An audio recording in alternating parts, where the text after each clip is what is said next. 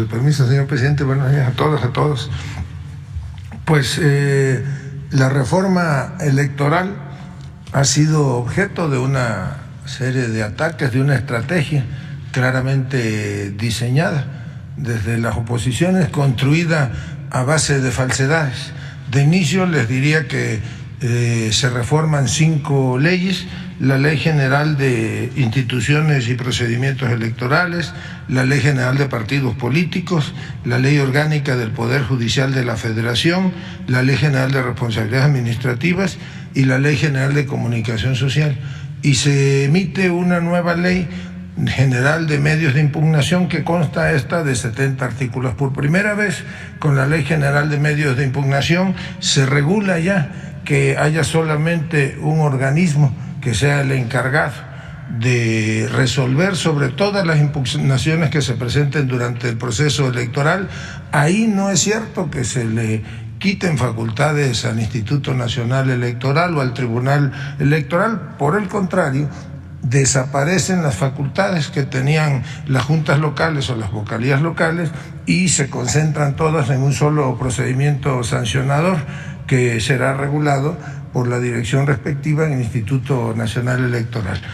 Básicamente lo que la reforma a las otras leyes contiene, pues es el fin de la burocracia dorada del Instituto Nacional Electoral. Se suprimen privilegios como el seguro de gastos médicos mayores o el seguro de separación individualizada. Se instruye para que desaparezcan 2 fideicomisos específicos, uno de contingencias laborales y el otro que es relativo a la administración de los inmuebles, fideicomisos que, como todos los fideicomisos, pues están en la opacidad. Nadie sabe, nunca se ha hecho público cuál es el capital que se administran en esos fideicomisos, y se instruye para que en el caso, ese dinero se deberá reintegrar al erario federal, pero en caso de que hubiese liquidación de algún trabajador, con el dinero de esos fideicomisos se pueda aplicar. No hay, como dicen algunos trasnochados, un despido de aproximadamente 8,000 trabajadores. Lo que sí se reduce sustancialmente es el número de los vocales de las juntas locales y de las juntas distritales, que durante 365 días del año pues gozan hoy de una beca sustantiva. Se reduce en el caso de las juntas locales de 5 a 3 vocales. Cada uno de esos vocales tiene un ingreso mensual que ronda entre 50 y 70,000 pesos mensuales. Aunque no haya proceso electoral, ellos mantenían durante todo el año sus privilegios, amén del seguro de gastos médicos y otra serie de prestaciones administrativas. Y en las juntas auxiliares, que tampoco funcionan los 365 días del año, pasa de 5 vocales a un solo vocal. La tarea de ese vocal pues es auxiliar a las juntas locales. Prácticamente el trabajo era mínimo, y van también de salarios de entre 45,000 y 70,000 pesos dependiendo de la ubicación de cada uno de ellos. Entonces son 32 por 2 serían 64 vocales de las juntas locales, y son 300 por 4 serían 1,200 vocales de las juntas auxiliares, que eso sí dejarán su cargo. Quienes, que son los menos, formen parte del servicio profesional electoral, deberán ser reubicados en otras áreas o en otras tareas del instituto. Igualmente señalan falsamente que se pone en riesgo la jornada electoral porque no hay la certeza de cómo se van a realizar los conteos rápidos o cómo va a funcionar el sistema preliminar de resultados electorales. Yo les diría a todos aquellos académicos que ayer decían que ya no se iban a poder hacer conteos rápidos, porque esto es una mentira, porque el conteo rápido realmente no lo realiza el Instituto Nacional Electoral, lo realizan empresas a las cuales el instituto contrata, y ese recurso está presupuestado en cada proceso electoral. Y en lo que refiere al programa de resultados preliminares, pues va a seguir operando de la misma manera, con un añadido. ahora en lugar de que los mexicanos tengamos que esperar hasta el miércoles para que se realicen los cómputos distritales, pues ahora los cómputos distritales van a iniciar al momento que inicie la captura de las actas del programa de resultados preliminares. Esto es, pues habrá mayor certeza jurídica para realizar los conteos y muy probablemente en la madrugada del día siguiente de la elección ya los mexicanos conozcamos los resultados distritales oficiales de cualquier elección. Igualmente se facilita el voto de los migrantes o de los mexicanos en el exterior. Ahora será por internet y podrán hacerlo con su credencial de elector, con su pasaporte o con una matrícula consular. Y algo que extrañamente mantienen callado es que ahora ya se abre la posibilidad de que sean sancionados quienes obtengan alguna prebenda o quienes, como se hacía antes, como en el caso del Pemex Gay, por ejemplo, financiaban a candidatos a cambio de obras, de cualquier tipo de contratos, una vez que estos hubiesen llegado a los cargos de gobernador, de presidente municipal. Todo eso ya forma parte del proceso sancionador. Se termina también con la entrega de prebendas por monedero electrónico, por tarjetas de prepago, porque ya todas ellas pues quedan debidamente penalizadas. Básicamente eso contiene la reforma, es la eliminación de los privilegios de esa burocracia dorada, como decía el señor presidente. Por ejemplo, en el caso del señor Edmundo Jacobo desaparece el cargo que él tenía y termina ahí automáticamente una relación laboral con el Instituto Nacional Electoral de 30 años a la fecha. Se termina con la posibilidad de esa absurda reelección porque el año antepasado, 2020, se le reeligió para que su cargo terminara en el 2026. Ahora, pues prácticamente al desaparecer la dirección que lo ostentaba, que dice se tenía prerrogativas como el manejo del presupuesto, que era discrecional a cargo de él y del presidente del Consejo del Instituto Nacional Electoral, pues ahora ya pasa prácticamente al retiro y hay toda una serie de ajustes en prestaciones a los altos funcionarios del Instituto Nacional Electoral. Básicamente, pues eso es lo que contiene la reforma electoral, señor presidente. ¿Perdón? ¿Cuántos serían en total? Y tienen el cálculo de cuántos son de servicio profesional de carrera, porque dicen que también perderían su trabajo, pero dicen que no. No, en el caso de los que formen parte del servicio profesional de carrera, la ley obliga a que sean reubicados en otras áreas del mismo instituto, en las direcciones, por ejemplo, que ahora se compactan en 7 y antes eran 16. En el caso de los despidos, pues son básicamente 32 por 2, serían 64 vocales de las juntas locales y 1.200 vocales de las que se llaman las juntas auxiliares. Ese es el universo de posibles despidos. No llega ni siquiera al 7-8% del total de los 17.500 trabajadores que aproximadamente tiene el Instituto Nacional Electoral. Se fortalece incluso la relación laboral del resto de los empleados con el Instituto Nacional Electoral, porque se compactan las áreas administrativas. Han dicho en el INE que esta reforma despediría a 2.571 trabajadores y que tendría un costo de 2.500 millones de pesos las liquidaciones. ¿Esto es cierto? Bueno, habría que ver la situación en la que los trabajadores, que ya les dije el número, fueron contratados, pero la reforma prevé que en caso de que deban de ser liquidados, el recurso para ello está en los fideicomisos de los que dispone hoy el Instituto Nacional Electoral, fideicomisos que además se prevé ahí en la reforma, pues que van a desaparecer. Nada más se dejaría el fondo contingente si hubiese que aplicar liquidación a alguno de esos trabajadores. No son 2.000 y tantos, son, como le digo, 3 por 4, 12, 1.200 más 64, serían 1.264 vocales que son los que pasarían a despido. Si algunos de ellos, que yo no creo que sea el caso, forman parte del servicio profesional de carrera, pues esos deberán ser reubicados dentro de las mismas juntas auxiliares o de las juntas locales, o bien en la central del Instituto Nacional Electoral. Lorenzo Córdoba dijo que tienen en el fideicomiso cerca de 1.400 millones de pesos. Lo que dice el compañero y también que de razón dice que van a ocupar 2.500 a 3.500 millones de pesos.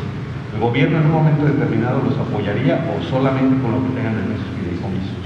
Bueno, si me lo permiten, yo lo que les recomendaría es que contraten a un buen abogado laboralista que les sepa hacer el cálculo de las liquidaciones, que no se les olvide que hubo ya una reforma a la ley electoral.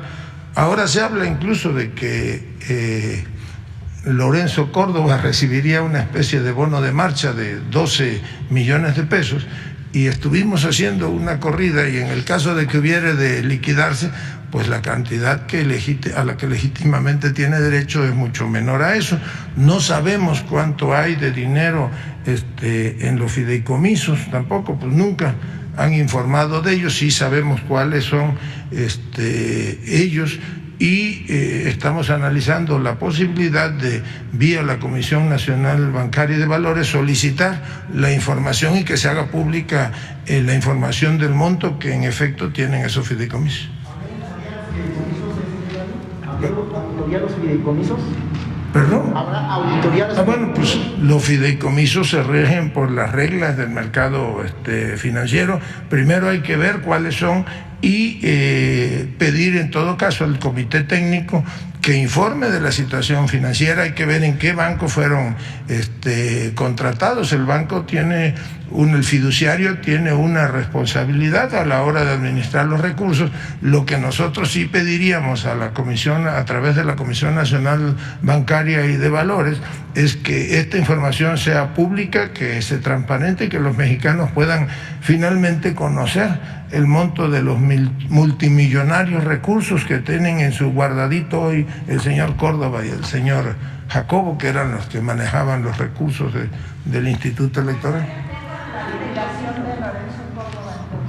Pues entonces hay que sacarle la cuenta, serían 3 meses en términos legales y 20 días por año.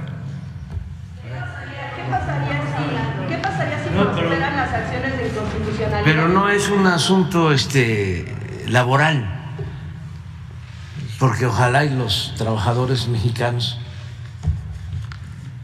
la mayoría del pueblo de México, tuviese esas prestaciones.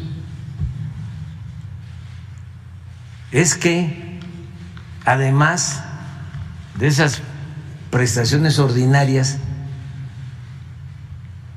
esa burocracia dorada cuenta cuando menos con 3 privilegios, entre otros. Primero, el sueldo y viáticos y demás, que está por encima, ahorita te doy la palabra, está por encima de lo que gana el presidente, que es violatorio a la Constitución, al artículo 127 de la Constitución. Pero como se ampararon contra la ley de austeridad, mantienen esos sueldos, esos viáticos. Ese es un privilegio adicional. 2, el servicio médico privado.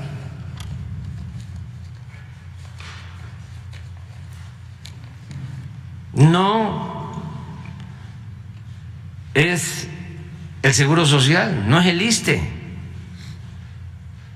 Por eso digo que no son los derechos que tienen los trabajadores, la mayoría de los mexicanos. El servicio médico privado, cuesta sostenerlo. Bueno, cuando llegamos eran 7,000 millones de pesos. Nosotros lo cancelamos, pero estos institutos autónomos que no se tocan los mantuvieron.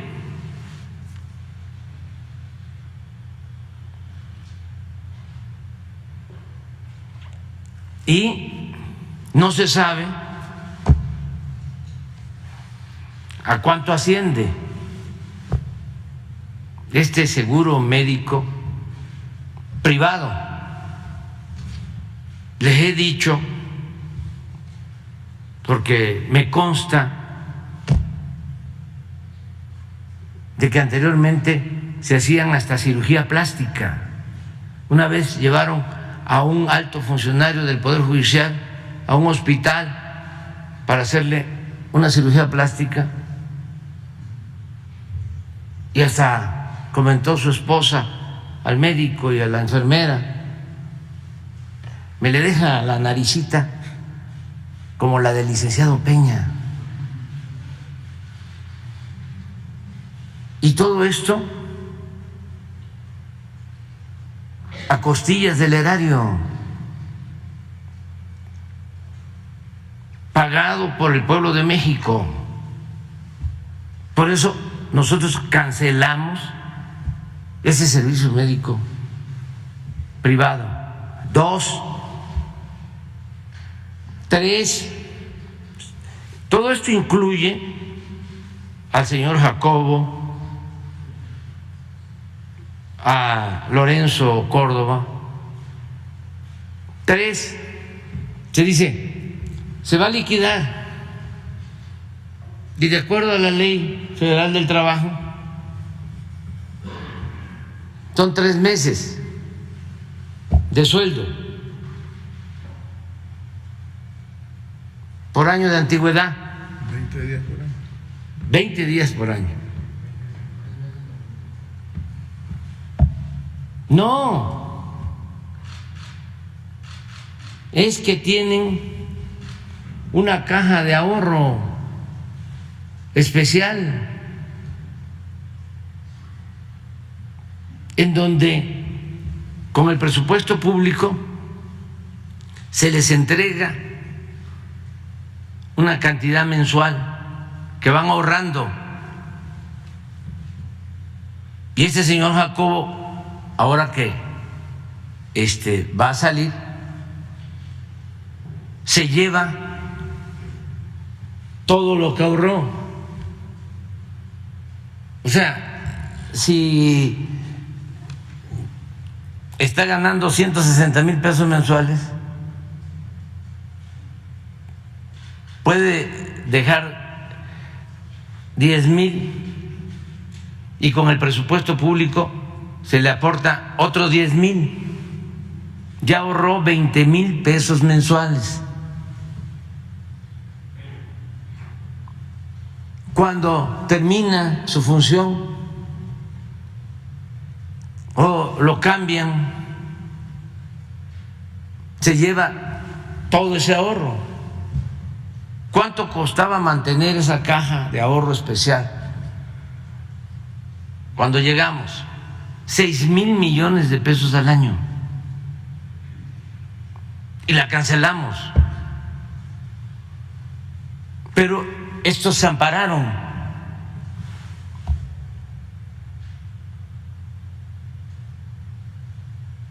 ¿Y dónde está todo ese dinero? En los fideicomisos.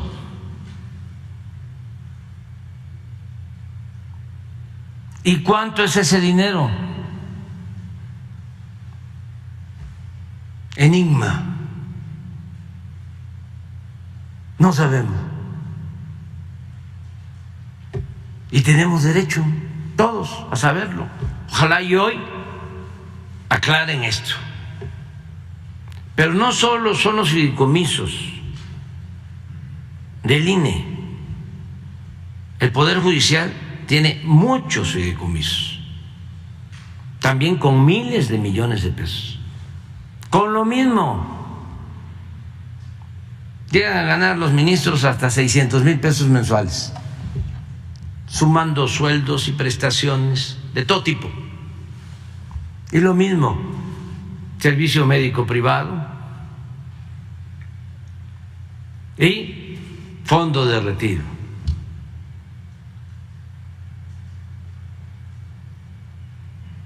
¿Y de dónde es el dinero? Lo aporta Claudio X González, o la señora Elbester Gordillo, o la Bastida, o Fox, o Calderón. Es dinero del pueblo.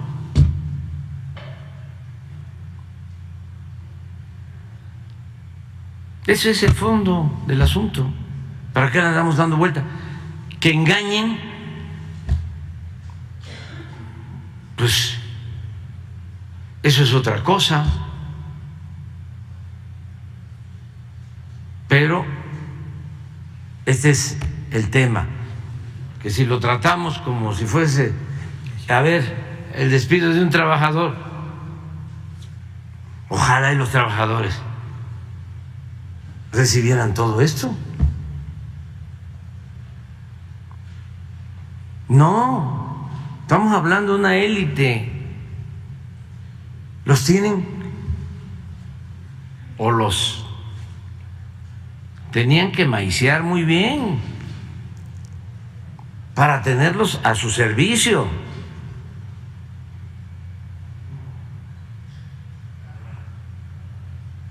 Y para poder manipular elecciones y hacer fraudes electorales.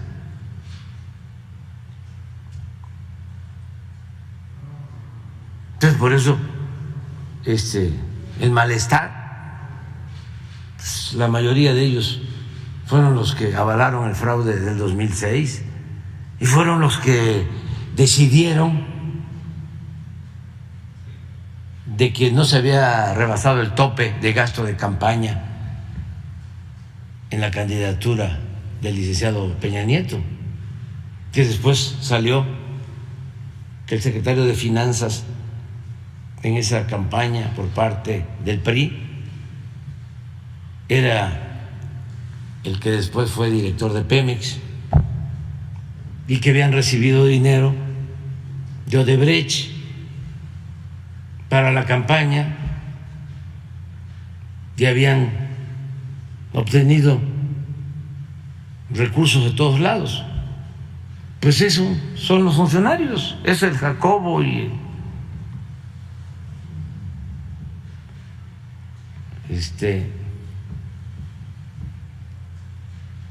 Lorenzo Córdoba y todos los mismos. Entonces hay que informar para que la gente, porque hay gente que no tiene esta información, como todos los medios de información, todos, con algunas excepciones, defienden al régimen de corrupción, al antiguo régimen de corrupción. Pues en vez de informar, manipulan.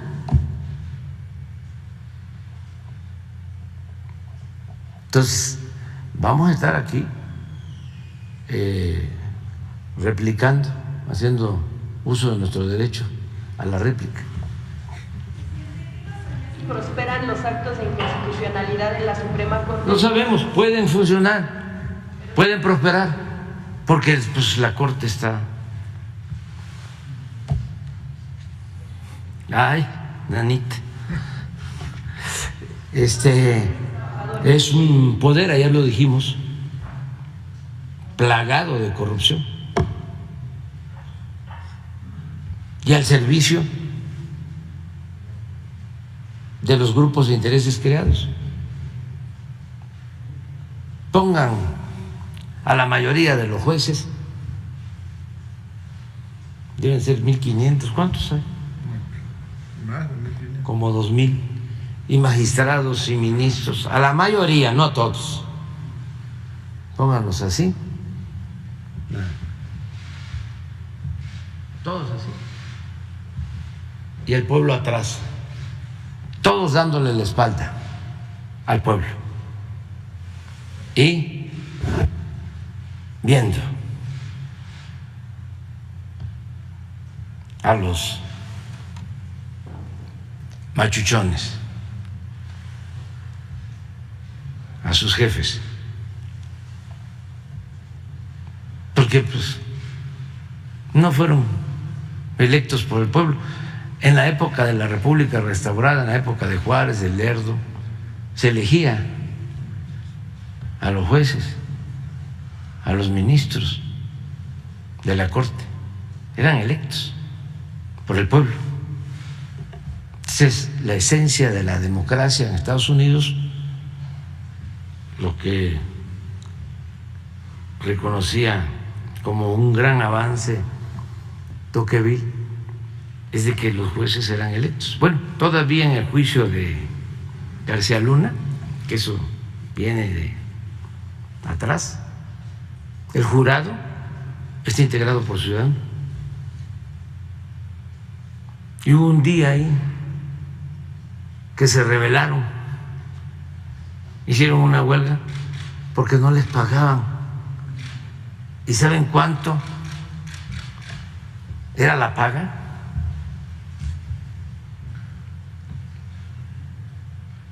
Creo que $500. No. ¿Ah? $12. $12 para los miembros del jurado. Porque como ciudadano todos tienen que participar cuando se les pide que ayuden, y no necesariamente tiene que ser expertos, son ciudadanos. Se hace un proceso de selección, desde luego, y ya se llega a quienes de esos ciudadanos van a formar parte del jurado. Sí, $12, sí.